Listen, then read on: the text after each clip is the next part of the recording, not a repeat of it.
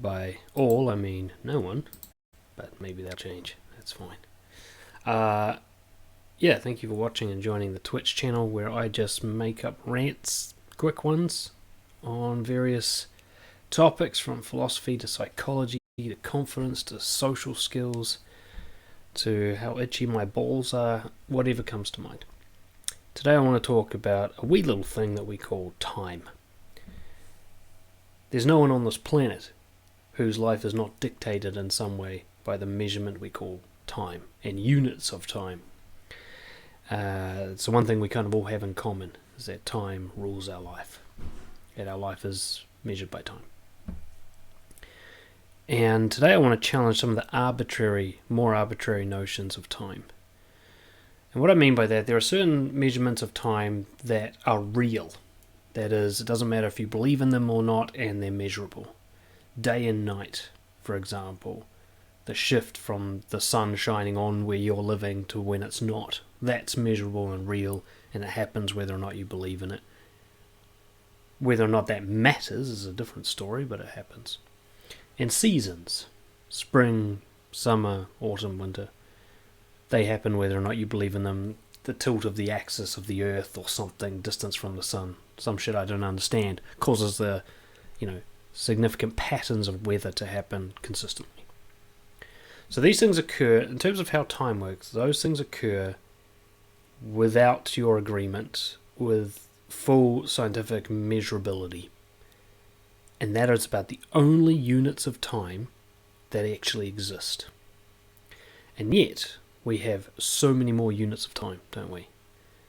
We have minutes, we have hours, we have months, even years to some extent are arbitrary. I mean, this Earth does circle the sun at a consistent rate, but it's not even that consistent. That's why we have leap years and so on. And there's actually a clock somewhere that, we're like out by about 5 seconds every year, and one day we're going to have to add an extra day or something. Right, so years are kind of arbitrary, especially the start and finish of them. I mean, look at Chinese New Year compared to like regular New Year. Somebody just made up when the years start. And the idea that these units matter, that a minute is an important unit of time, 60 seconds. Why 60? I don't know. Key dates, Christmas, Easter, just thinking Christian holidays, Yom Kippur, I don't know, I'll make up some others. These dates are made up. There's no scientific measurement for these dates. If you erased everyone's memory, you wouldn't discover these dates again. Meal times, breakfast, lunch, dinner, that's made up. That hasn't always been the case. It hasn't always been how we've eaten. Age, to some extent you could say I've been on the planet this many times, it's been around the sun, but, before we were able to measure years, that wouldn't have been something you actually cared about. You might have measured how many seasons you've been around. I've been for 6 summers, you might say. 6, you'd probably say a bit more than that. But age itself is somewhat arbitrary, especially the requirements of it. Like, by this age, you're a teenager, and at this age, you're an adult. That's kind of made up. People mature at different rates, physically and mentally. So we're not actually all uniform. Not everyone is 13 at the same time, so to speak. I know some 50-year-olds who are still 13. Okay, and I've known 6-year-olds that are more mature than adults. So age is somewhat arbitrary. We're not really measuring anything scientific with age, right? We could measure somebody's maturity scientifically. We could measure somebody's confidence scientifically. We could measure someone's intelligence scientifically. We could measure their physical development scientifically. But they would not be uniform with the rest of the human race, so age is irrelevant. Vacations and holidays, this idea that you get 2 weeks off per year, that's just made up. The idea that you're supposed to work hard and then have time off, that's made up.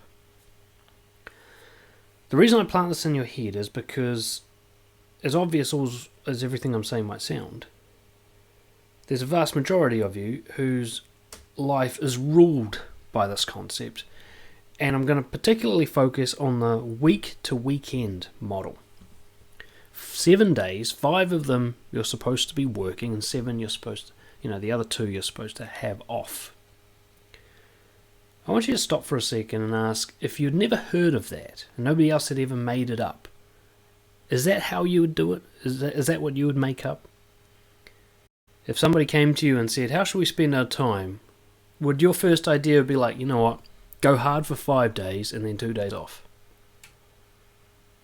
Or have you just inherited that and accepted that as a natural way of living? Prior to Christianity kind of taking over, we didn't have 7-day weeks. Okay.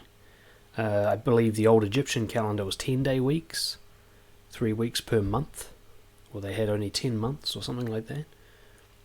And prior to that, there's been civilizations that don't even have months, they just have seasons, and weeks aren't even measured. Especially when you go back in time to the point where people, it was hard to survive, you didn't have days off. You were just always on.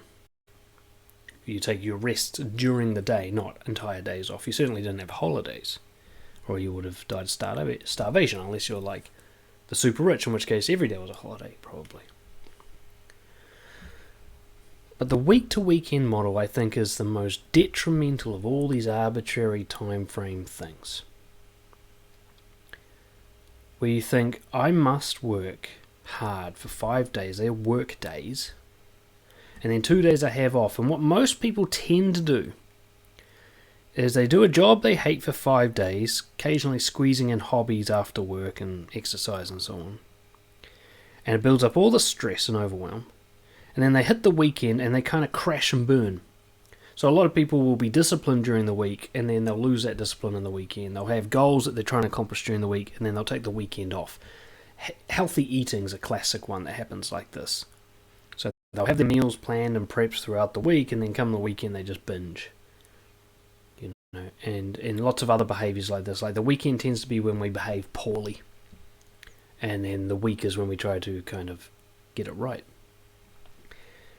And this kind of busyness for 5 days, it's one of the few conspiracy theories I actually believe in, which is it's the perfect amount of time to keep the population from thinking long enough to do any kind of uprising without them getting burned out. Now, it used to be you made people work a lot harder than 40 hours a week. This is what gave rise to communism as an idea. People just being basically wage slaves, like really slaves. And then someone pointed out, they're getting pretty mad. I think they're about to, rebel. And so they started cutting down the hours and giving people weekends. And this calmed people down enough to stop them from rebelling, but also kept them working so hard they didn't have time to think. And that's a model that still survives to this day, even though there's so much scientific evidence out now to show that this model is not the most effective and productive way that people should work. 4-day work weeks are producing the same results. Tim Ferriss showed in his book 4-Hour Work Week that most people are only productive for about 2 to 4 hours per work day. So working 8 hours a day is just pointless waste of resources, and so on. But most importantly, what you'll find is your life constantly fluctuates and you never quite break through the ceiling because you always crash back to zero on the weekend. I want you to ask yourself, if nobody else had taught you minutes, hours, weeks, weekends, holidays versus work time, when you're supposed to eat, age and its supposed requirements and obligations and achievements that you're supposed to have achieved by certain dates and so on. If no one had taught you any of that, would you make it up? Would you choose it? And if none of these rules existed, if there was just seasons and day and night, how would your ideal life actually exist? Because here's the idea I'd put out that I want you to consider. What if it was the kind of lifestyle where there was no difference in the days? What would an ideal day be like, where instead of needing vacations and weekends, you had ample rest during the day, so you never got burned out? You could consistently sustain that style of day over and over again without ever needing a day off. What would that kind of day need to be? And if you're working on goals, you didn't have this kind of 7-week cycle, 7-day cycle a week. You just kept working on them. What would that look like? That's a question I want to put to you, because ever since becoming an entrepreneur, I've realized that I can do whatever I want with my time.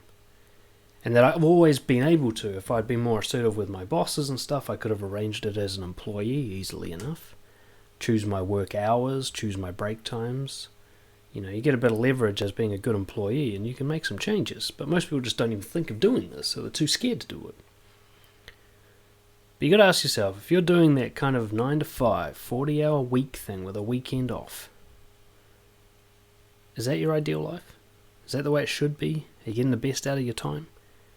Or are you just following the rules that somebody else made up to keep you down? Thanks for watching or listening. I'll see you next time. Cheers.